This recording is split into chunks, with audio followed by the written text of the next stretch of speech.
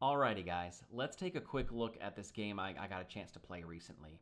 I went for my standard opening, Queen's Pawn game. I went for the Gambit. My opponent declined. And then I went for the Knight to F3 variation. This is all standard Queen's Gambit theory. My opponent rotated his Knight, and now at this point is where I decided to shift a little, and I wanted to see if I could get that Catalan opening in.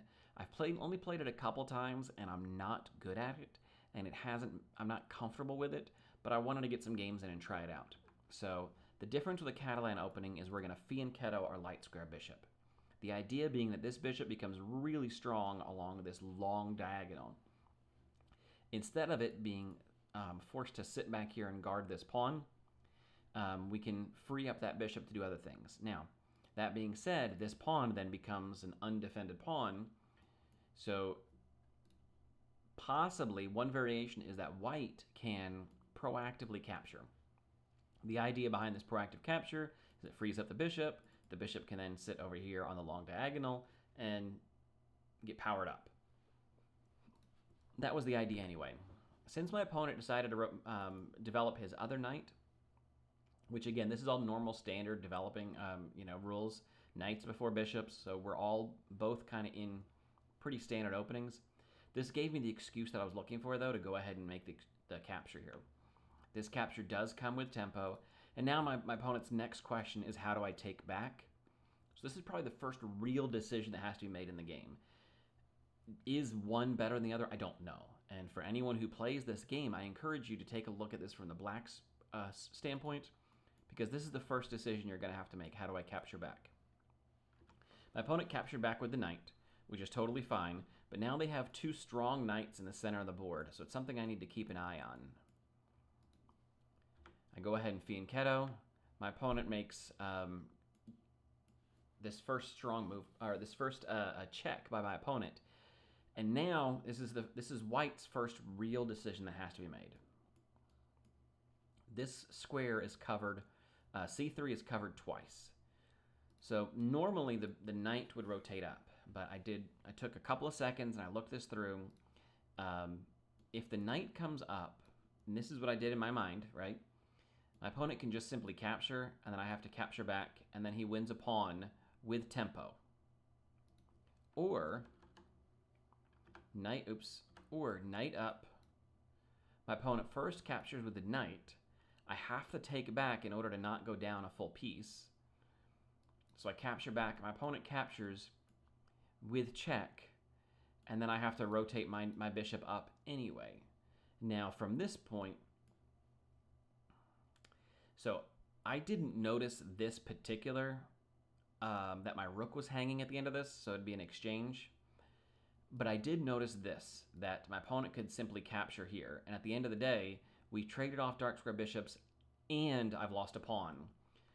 So if I'm going to have to trade off dark square bishops anyway, I decided that I'm just going to go ahead and stick it up here. So I'm defending against check by rotating my bishop up.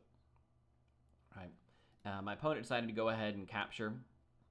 Then the next question is, how do you capture back? I've played a few games where I've tried putting my knight on d2, and normally it doesn't work because my dark square bishop is stuck here, right? If I push this pawn and my dark square bishop is stuck here, and I rotate my knight up and my dark square bishop is stuck here, it makes that dark square bishop really weak. But now that the dark square bishop's gone, maybe we can rotate our knight up. So that's the variation I went for. I don't know if this is correct, but this was the move order I felt really comfortable at this point in time. Now the next thing I started looking at was, I have this pawn right in the center of the board. This knight could end up on e5. And this knight on e5 could do some, could be a strong knight. So this is going through my head at this point in time, is if I get an opportunity to stick my knight up here, maybe I will. And if I'm going to do that, what if I were to stick my other knight, supporting it? I could rotate my rook under to support the knight, and I'm developing my rooks to the center of the board, right? Good things are happening. So this is kind of going through my mind a little bit. Not a lot. I'm not that fast at calculating, but like, hey, I could get my knight here. gee, this knight, where could it go? What could it, where it could end up, somewhere right here maybe. Well, if it ends up here, it's supporting this knight. Wow, then that gives me a really strong knight right here in the center of the board, controlling a lot of squares. So that's kind of what I was thinking of. Anyway, my opponent castled, I castled. My opponent pushed a pawn, which actually kind of weakens this c4 square. And the reason I say that is because my opponent's already wasted a tempo pushing that pawn once. If I rotate my knight up and he has to push that pawn a second time, my opponent's lost a bit of a tempo. Yes, my knight is not super strong there, but that knight could then move over and I could use that extra tempo to reposition my knight to that e5 square, which is where I want it to go anyway. Also notice, if I have a knight on e5, my opponent could force it away by pushing f6. Pushing f6, yes, okay, I have to move my knight away. But what does that do? That weakens this light square diagonal in front of my opponent's king. So I could weaken the light squares in front of my opponent's king, and in the Catalan opening, the material I read says that the light square bishop is a strong piece.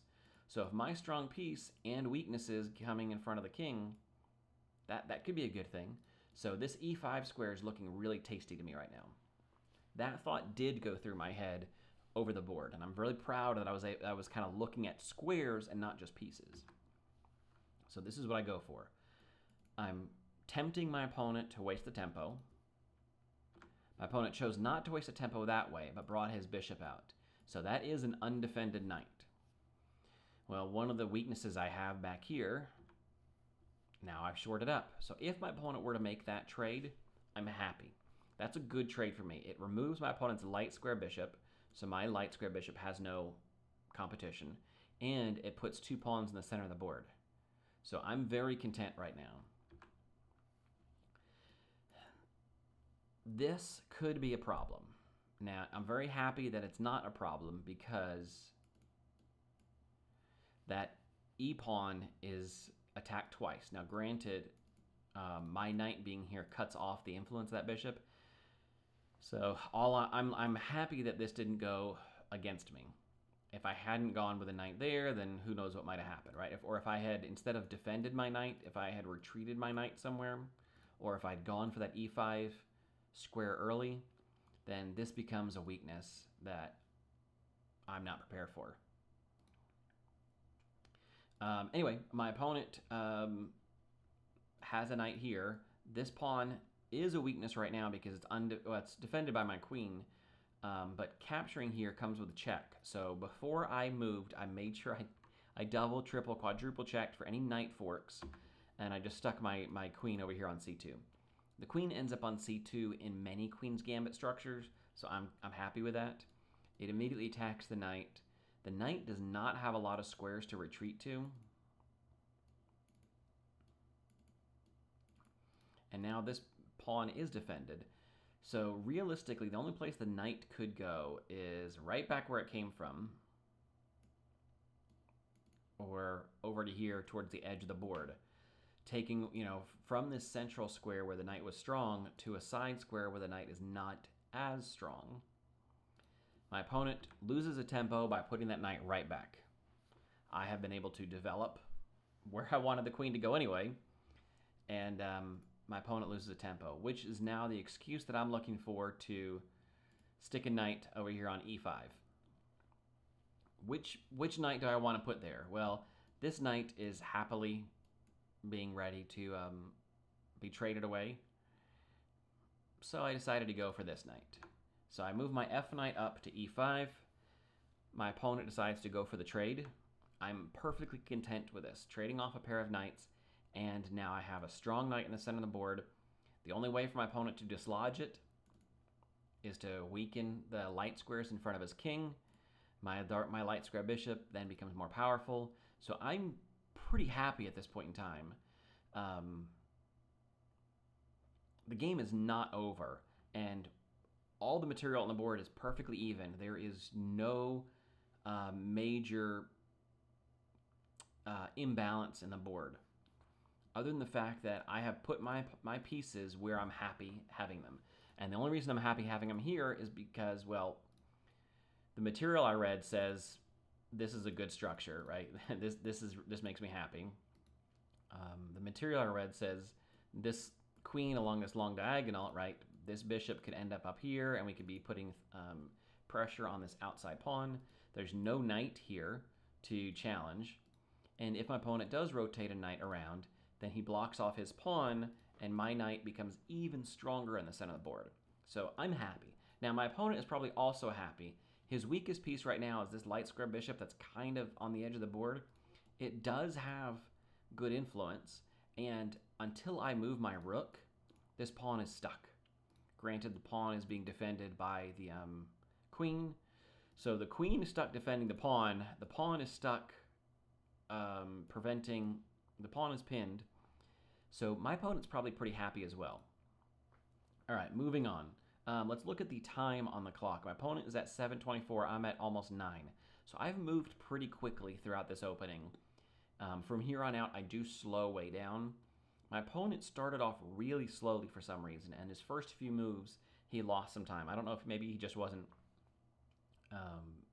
ready to go, or maybe he was distracted. I don't know. But his first few moves, he lost probably a minute in like the first 2 moves, just deciding when to move.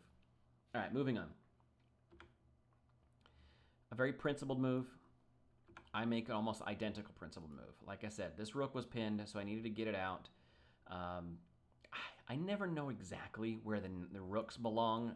I know I want them in the center of the board somewhere. My thought process was maybe this rook is going to end up here on this c-file. Since the c-file is semi-open already, maybe I'll stick a rook on the c-file.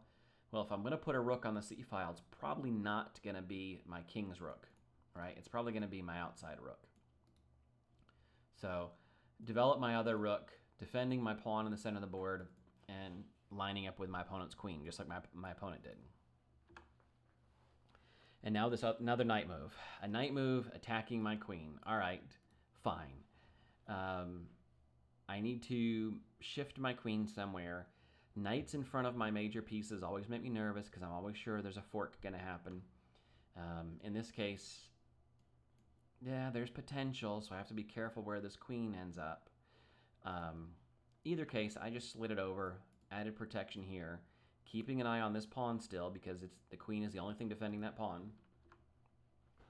Now notice this actually comes with an attack on the knight. The knight is undefended, so my opponent has to shift their queen out to defend the knight.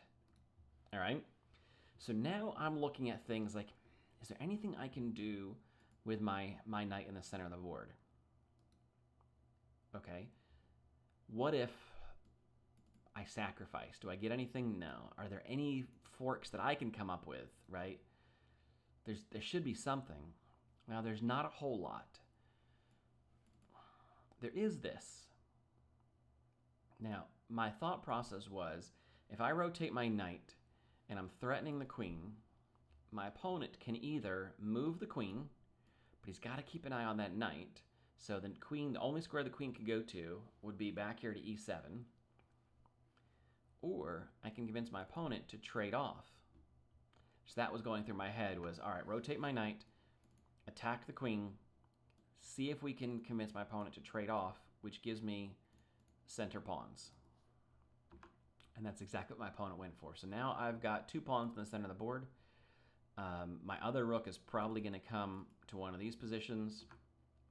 My opponent doubles up, or not doubles up, my opponent solidifies his structure in the center of the board. If there are trades that happen, right? So if I push a pawn and trades happen, right, it could open up here in the center of the board. Maybe, maybe not. But now I finally get to move my e-pawn that's been sitting here this whole game. And since I've already made that trade, right, since I don't need to... since the beginning of this game, the question was, where does this pawn belong? Does it belong on e3? Does it belong on e4?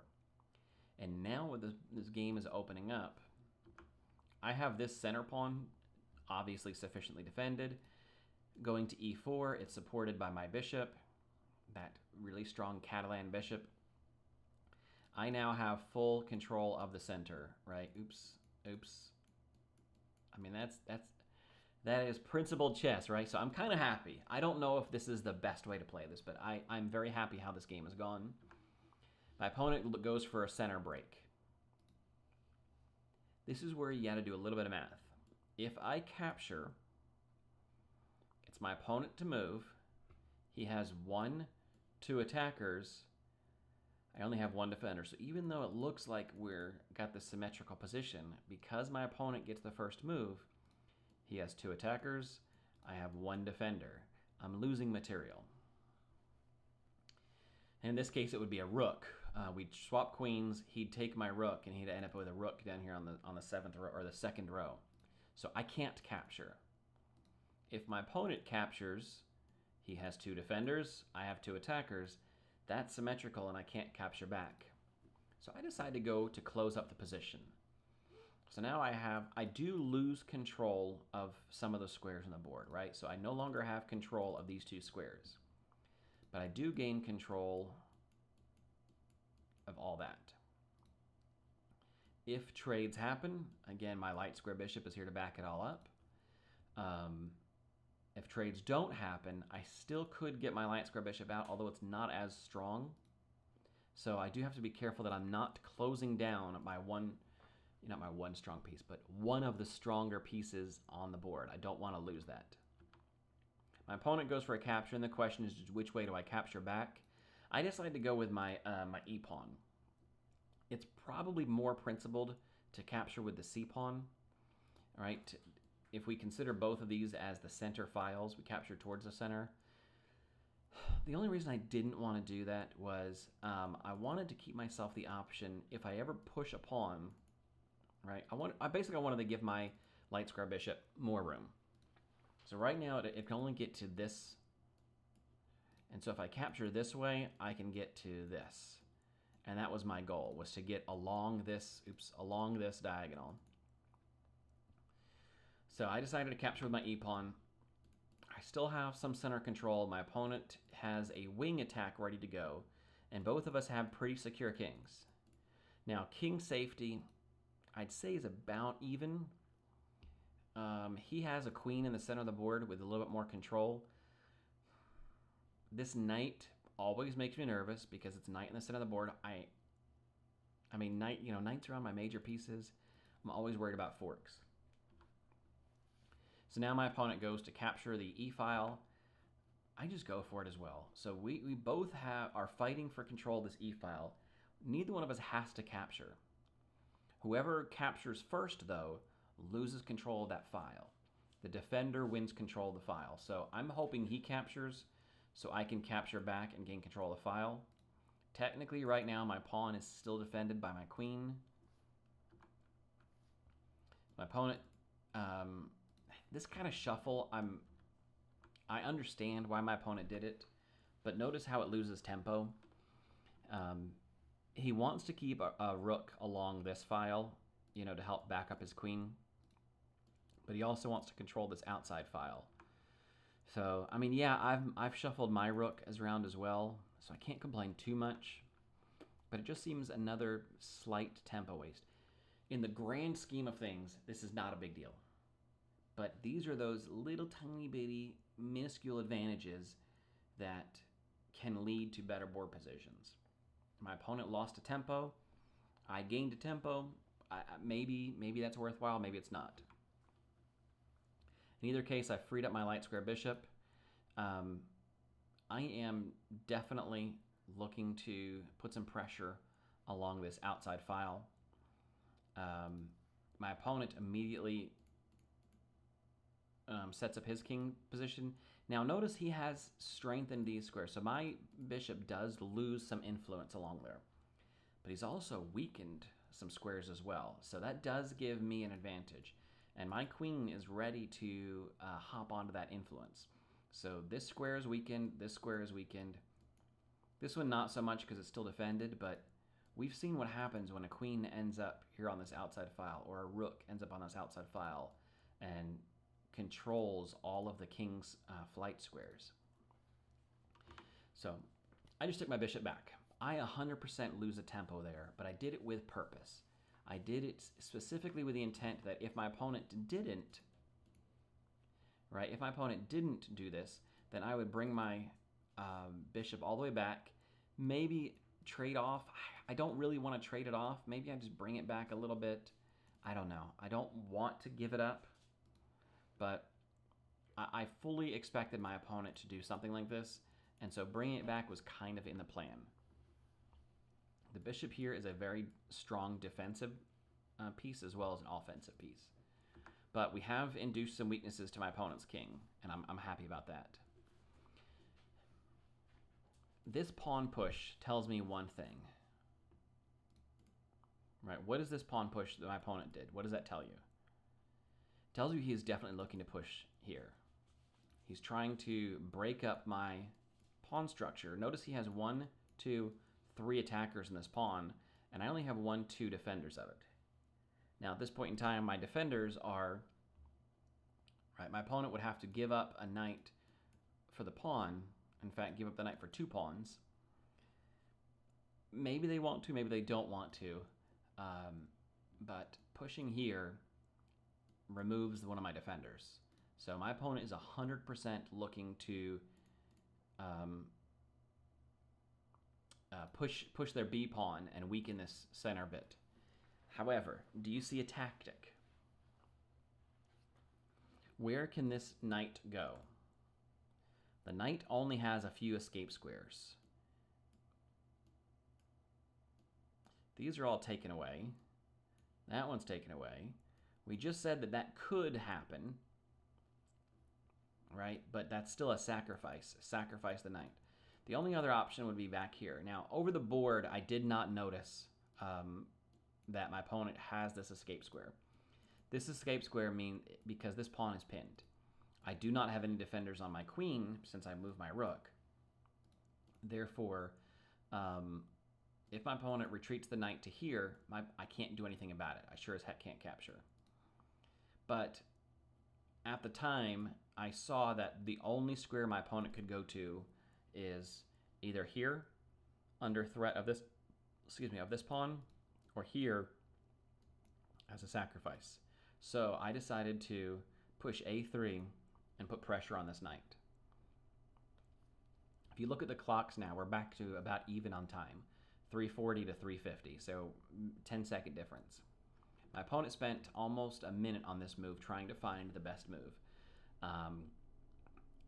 He continues with his plan to undermine my pawn structure, which is perfectly valid, right? He could either sacrifice here, or he could try to gain a pawn here, right?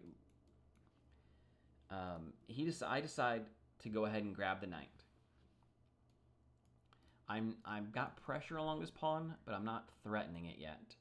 And then my opponent has, a good pawn structure. He's got his wing attack is happening, and my center is getting shakier by the minute. My opponent goes for a capture here, keeping his pawns intact on the queen side. And now is where things get a little dicey, right? So what the heck am I going to do? I need to, well, first of all, I need to get out from underneath this pin. That's got to happen, right? I don't want my queen undefended anymore. So the first thing I do is I slide over. I would love to, if my opponent grabs here, I can grab back and defend my center pawn. A little, not quite, because it still has 2 attackers and I would only have 1 defender on it. I don't know why my opponent didn't grab here.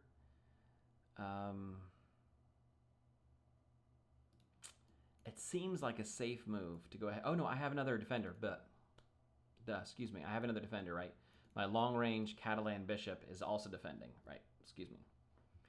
I don't know why my opponent didn't go ahead and grab here next. It is a trade, but it undermines the pawn, which is what my opponent was trying to do. Instead, they goes and they puts the rook back here, so he loses another tempo by rotating the rook back. But it is a principled move, aligning the rook with the queen. But this does give me a tactic, and the tactic is I want to push this pawn. Pushing this pawn, right now my opponent has 2 defenders in that square, and I only have 1 attacker on that square. But I can remove one of the attackers by making a trade.